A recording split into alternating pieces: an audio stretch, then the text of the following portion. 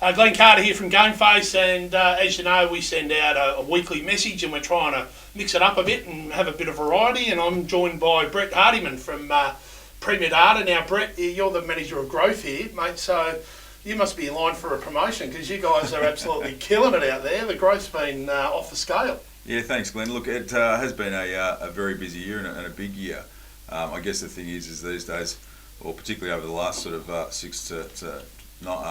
particularly over the last sort of 6 to 12 months, it's validation of the stats that we produce and the platform that we make everything available through.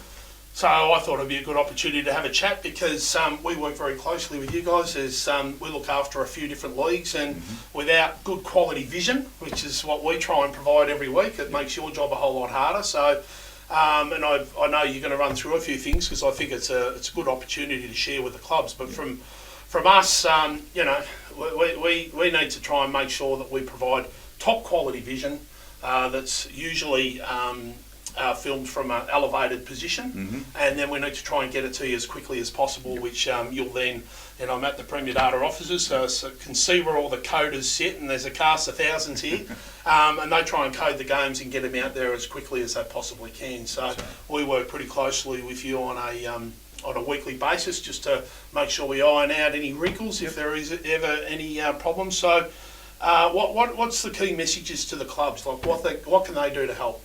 Yeah, it's a good question, Glenn, because the better the vision, the easier it is for our coders to actually code the stats. So a couple of things. One is elevation if possible. So if the camera operator can film from an elevated position, that makes the quality of the vision better.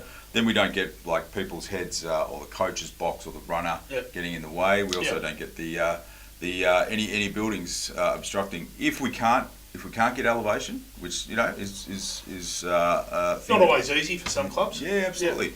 So if that's the case, then we prefer the filming to be on the flank, which just moves away from the interchange bench and those sorts of things. So that's one. The other one is particularly as the weather gets a lot wetter, is having the camera operator underneath cover. Now that might seem a little bit simple, but one or two little raindrops on the lens can obscure the vision of the coder when they're coding the games. I know we had some of that. We went out and bought about 20 one-man tents for the weekend and tried to get our guys out of the rain. But some of the clubs are lucky enough to have sheltered areas. But we'll try our best to do that. And sometimes, most clubs are really accommodating. If we need them to give us a hand, there's a lot of clubs that have been bringing a ute in and put us up on the ute, and they'll go. I know footy clubs are busy, especially on game day, but sometimes assistance from the club can really get us out of trouble when it comes down to weather. And the other one, just in saying that, around assistance, is actually engage with your camera operator as well. When they turn up, make sure you go and catch up with them, or they're always looking for someone to talk to when they get to the ground, because that's important, and making sure that the club can help them out find the best position. And support them around that, because many of them haven't maybe been to the club before. So from the perspective of making someone available and working with them can have a huge impact on the quality of the vision we get, and the ability to code the most accurate stats. Well, it's a requirement for us that the camera operators check in with somebody, but that can change from week to week. It might change from one person to another.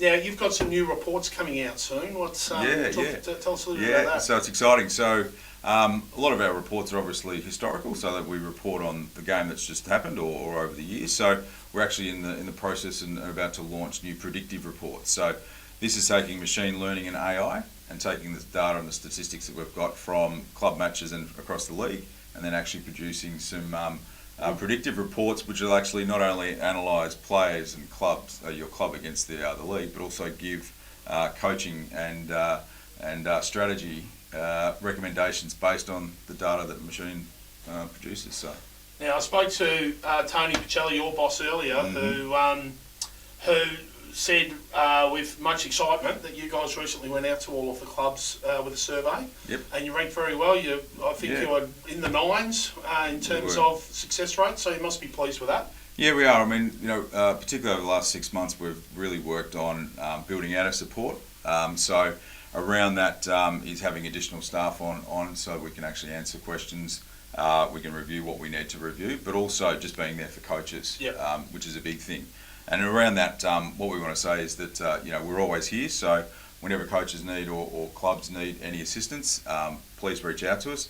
The other thing is also making sure that coaches know that we're here and they can actually come into the Premier Data offices anytime, particularly with school holidays. Now's a good time. Yeah, that's a good idea. Yeah. So, in saying that, what are the other little things that can prevent you guys from getting your job done properly? I know that sometimes team lists can be a bit of an issue. Yeah. Like, I think this is a good opportunity to tell everyone what the things are that get in the way. Yeah, look, team lists are a big thing, making sure that Play HQ is updated. I mean, I know it can be a bit of a task, but that there, by having accurate player lists with player numbers is pivotal. Then we don't have to search through and look for players and try to match players' faces with old data, historical data.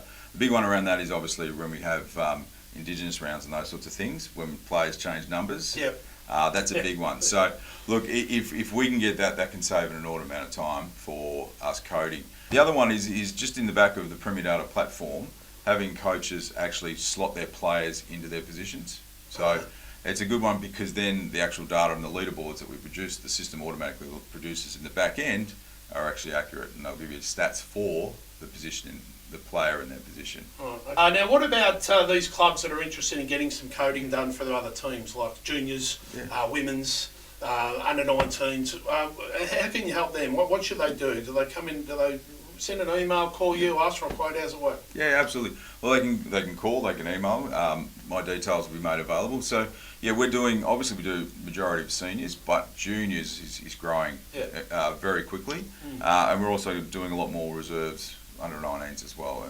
Women's is starting to take off, but we don't have to do an entire season as well. It's important for people to know that we can do specific packages for clubs because obviously budgets can be a little bit tighter. So we're happy to work with GameFace to do the vision, and then we can actually build a package around stats where clubs can do 2 or 3 games for the resis or the juniors, and then we can go from there because it's all about building from small things. Well, it's certainly growing, and you're referring a lot of business to us, which we're very pleased about, and it must mean that we're doing a good job if you're throwing it our way. So thanks for that. We'll make sure that the details are in this email. Well, hopefully that's been useful information, and it starts to put a face to the name of Premier Data as well, which so many clubs and leagues now, in fact, just about all of them are using you guys. So if we can continue to provide some communication like this, we'll try and catch up regularly and give some updates to the clubs. Well, thanks for joining us.